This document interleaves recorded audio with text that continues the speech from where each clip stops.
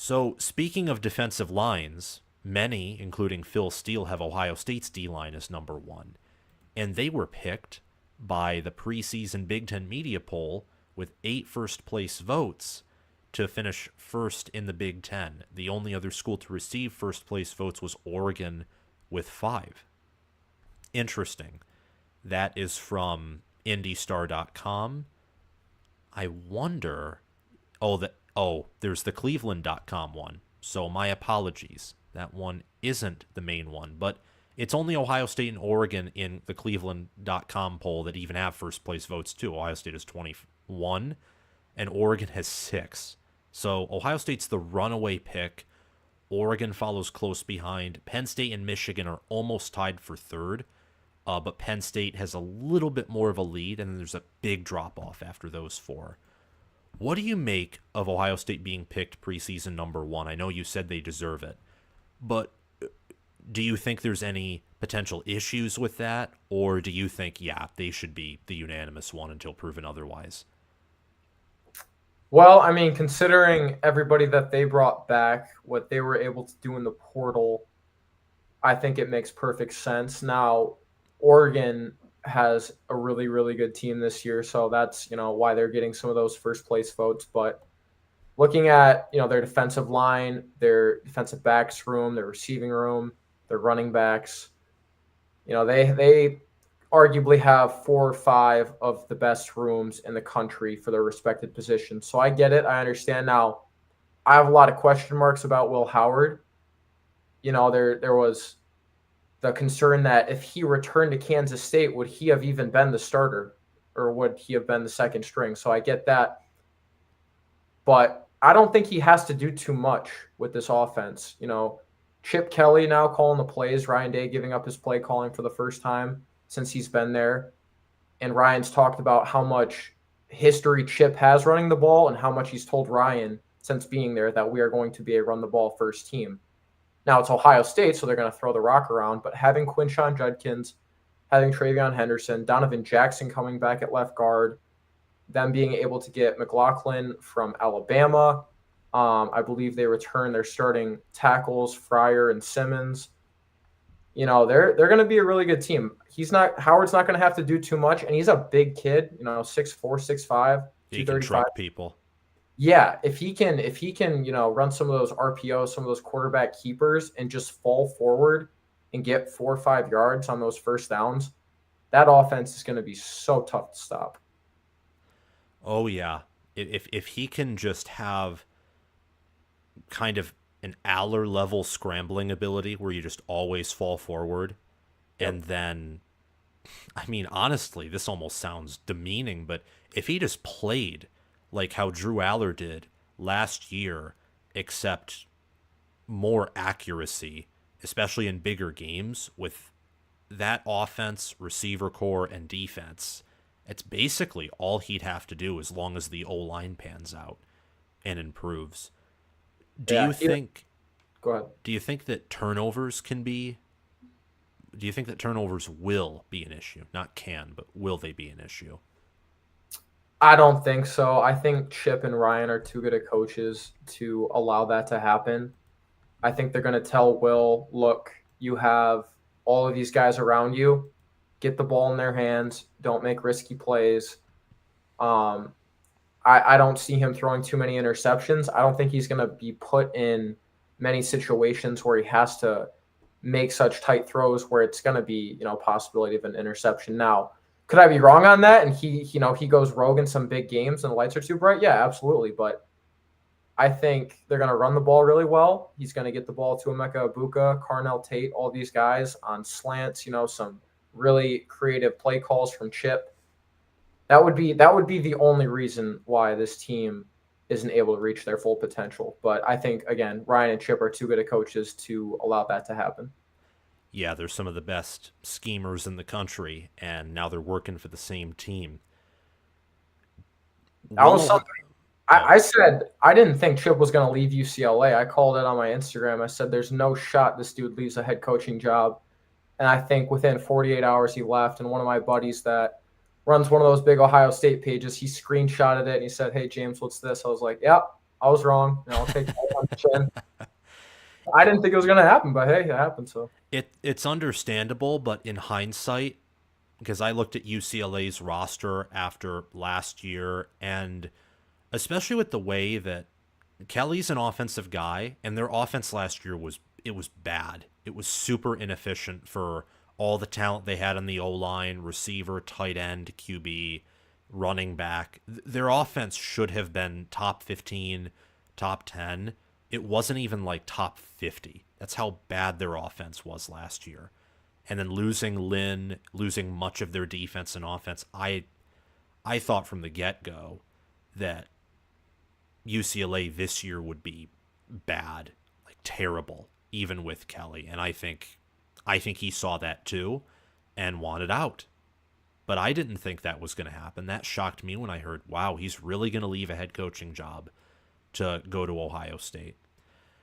Chip Kelly's scheme is known to help the offensive line do its job better because of all the different options to different players to run the ball and the speed. And also recently, he's used a lot of tight ends, and recently he's done well at offensive line development as well. I mean, at UCLA, that was his calling card, was run and then using the tight ends. Ohio State loses Cade Stover, and last year their offensive line was disappointing to say the least. Where do you see those two groups improving? Or will they? yeah, I do think Ohio State's offensive line play is going to improve. Donovan Jackson's back. I mean, I'm not going to list all those guys again, but they have a room of. We've heard Ryan Day say, with Big Ten Media Days, they've got a group of 6, 7 guys they feel pretty confident about.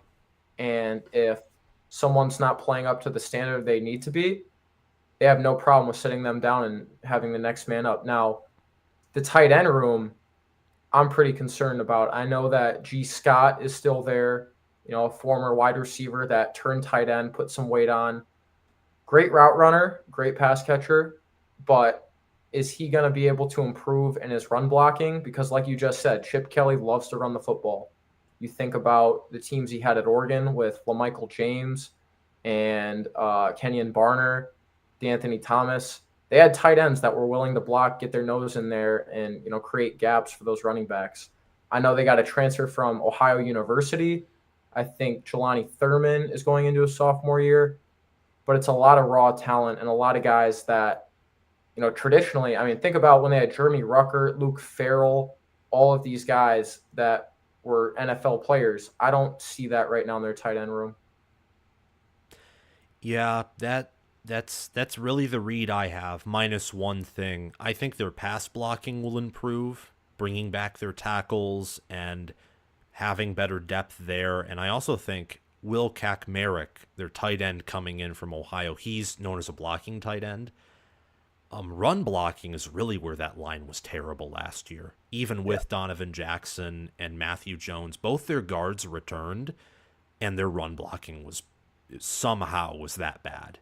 And without Henderson, it was pretty clear.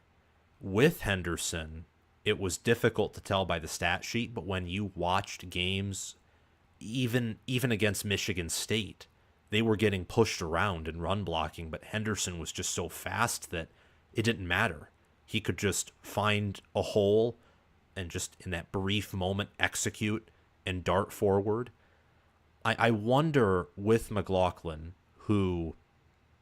McLaughlin was good enough to transfer to Ohio State, but he struggled mightily last year. And with there being a new guard, I wonder how good their O-line will be in general, but more so at run blocking.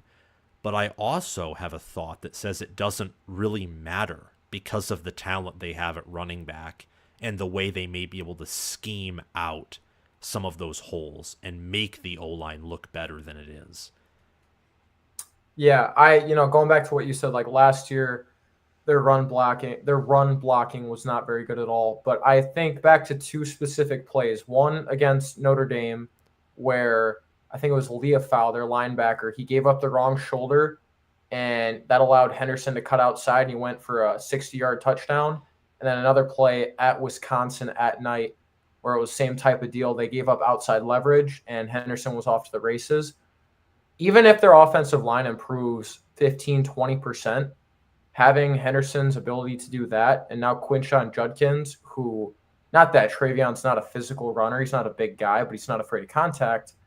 Quinshon and his ability to break tackles and throw off those second and third layer guys, that's all they have to do. They just have to get 15, 20% better on that offensive line, and things are really going to open up for them.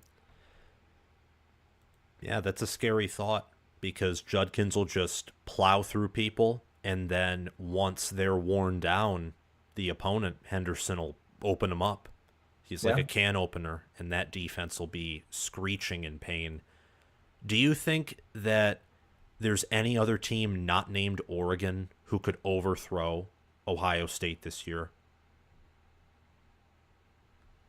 Right now, I don't think so. Now that could obviously change. Depending on how Michigan looks against Texas, we're gonna know a lot. Texas lost their 2 stud defensive tackles in Sweat and Murphy. So if Michigan's offensive line is able to gel really well that first game against Fresno State, and we see them dominate Texas in the trenches, possibly Penn State, I have to see them put it all together. I know they're going on year 3 of that great recruiting class with Carter and Allen, Singleton, Aller. But I have to see it. I have to see it in the first couple of games. Those, Penn State and Michigan really play well. But as of right now, I don't think anybody besides Oregon could knock them off. Interesting. And I say that because I look at Michigan and Penn State, and while I view Ohio State as the best team in the Big Ten right now, I think that top 4 is fairly close together. Ohio State being in the lead, but Oregon and Michigan and Penn State, whatever order you want to put them in between 2, 3, and 4, are trailing pretty close behind Ohio State. And with Penn State, it's James Franklin, so I can't pick him to beat Ohio State. And with Michigan, there's just so much that's new, and it's a road game.